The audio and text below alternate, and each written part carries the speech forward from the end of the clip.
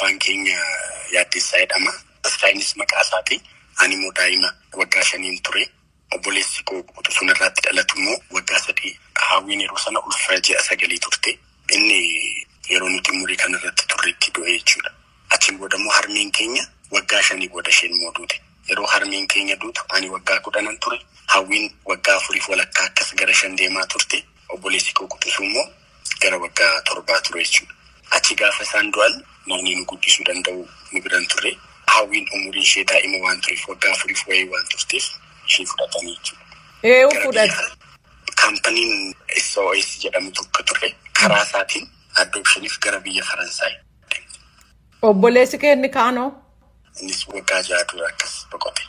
Hawwiin gara biyya Faransaay deemtee ati nafte maal taate sana booda? Akka isheen deemtee naanaaf obboleessi koo nafne maatii malee rakkisaa ture.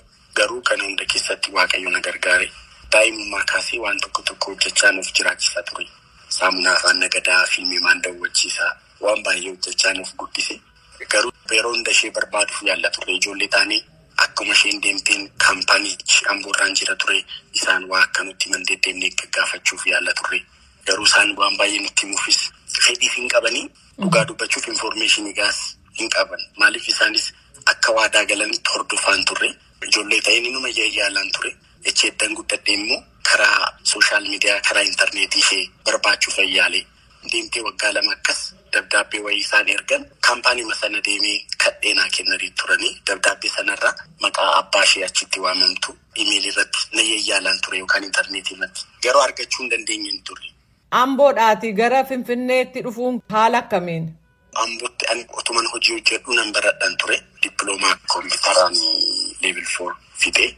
ICTHNis COCs darbee Amboo Yuunivarsiitii hojiin hojjedhan ture. Achi yeroon digirii koo fitu gara Finfinnee akkan dhufuu qabu. Ispeeshaalii aartii kanarras hojjechuu nan barbaada. ETFM reediyoo irratti namootaan bebbeekuu gaggaafadheen fedhii aartii kana akkan qabutti himee achitti hojii argadhee ishee barbaachuufis akka na gargaarutti gara Finfinneen dhufe jechuudha. Jireenya Finfinnee gaafa ilaaltuu akka nama Amboodhaa dhufe tokkotti sitti cimee moo akkamitti itti fuftee jireenya?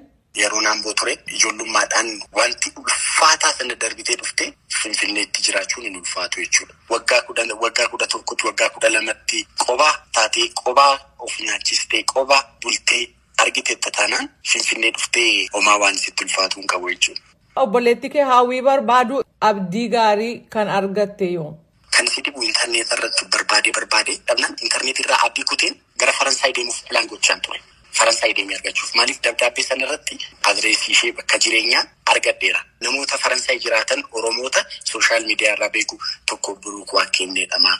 Inni baay'ee na gargaare deemitii naa barbaadi jedhee isa gaafadheen deemuu hin dandeenye. Inni Oromoota sooshaal miidiyaa irraa bareen gaggaafachuu jalqabe akka na gargaara. Namuu hojii jiruu mataasaa qabaa biiziidha akkasinaaf fiiguu hin dandeenye. Otuman ani Faransaay deemuuf akkamitti akkan deemuu danda'u yaalaa jiru. Almost ji'a 9 dura garuu suura isheetiin Google irratti sarchi godhe. Suuraa ishee isaa fidde? Suura ishee ijoollummaan kaampaanii sanaan nuuf ergu ture dhoggas jechuudha. Suura isheetiin yeroon Google irratti sarchi godhu LinkedIn profaayilii ishee naaf fide jechuudha. Yeroo naaf fidu dhugaa dubbachuu fi namanne achi hojii barbaadadheen teekst goonaa fi yes yeroo naan jettu waan inni isheef deebisuu wallaale calliin jedheeni. Achi booda guyyaa tokko bultee isheen ofii ishee who are you jettee teekst naa goote. Maqaa Tasfaayee jedhuun beekti ture. Maatiin ishee maatii biyyarraa akka qabdu maatiin ishee kan akka jedhaman itti maa guddisan. Kanaaf yeroo maqaa Tasfaayee jedhu yeroo dhageessu naateetu ati eenyu jettee na gaafatte. Achiin booda qas jedheetti maa suurota ishee ergee suurota ijoollummaa keenya suurota ijoollummaa ishee suurallee akkuma isheen Faransaay deemtee Faransaay irraa nuuf ergameen ergee fi achi maatii ishee faana mari'attee otuma haasaa dhufnu. Walii galtanii dhufteeseen maaltu sitti dhaga'ama? Waan waggaa 16 kadhadhe dadhabee argadheen jechi gammachuu koo kana ibsu hin jiru. Nan gammadee qofa jedhee darbuu danda'u. Nama guutuun ta'e. Isheenis baay'ee gammaddeetti.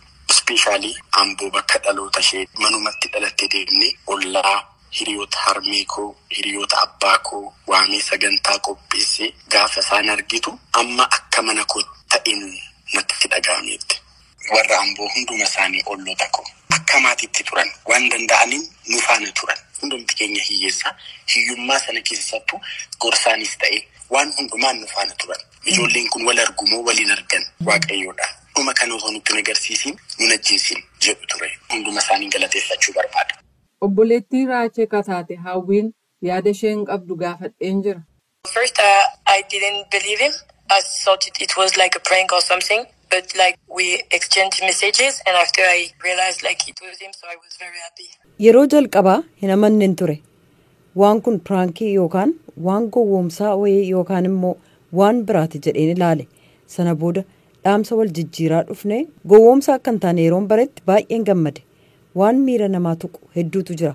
Kun anaaf akka waan abjuun koo tokko dhugoomeeti. Ergan biyyaa ba'ee yeroo jalqabaafin Itoophiyaa dhufe. Waan ani hin eegne ture. Baay'ee na ajaa'ibe. Sarpiraayiz yookaan waan hin eegamin gaarii tokko ture. Biyya baay'ee bareedduudha. Baay'een gammade. Raacheenis obboleessa gaariidha. Naannoo dhaloota ishee Ambootti haala tureen naannaa ibsitu. Yeah, I mean, we see all our neighbors. It's like family for us, so it was amazing. It was a great moment to go back to France. I had to finish my master degrees, human resources. Eeyyee olloota keenya hunda argineerra. Isaan nuuf akka maatii keenyaati. Kanaaf ajaa'ibsiisaaf yeroo gaarii ture. Anamma biyya Faransaayitti deebi'ee barnoota koo digirii lammaffaa yookaan maastarsii gosa barnootaa human resource barataa jiru xumuruun qaba. San booda maal gochuu akka qabnu Raachee waliin dubbanna. Kanumaaniin kanarraaf jedhe xumura. An jaallannee gammadaati. Nagaatti.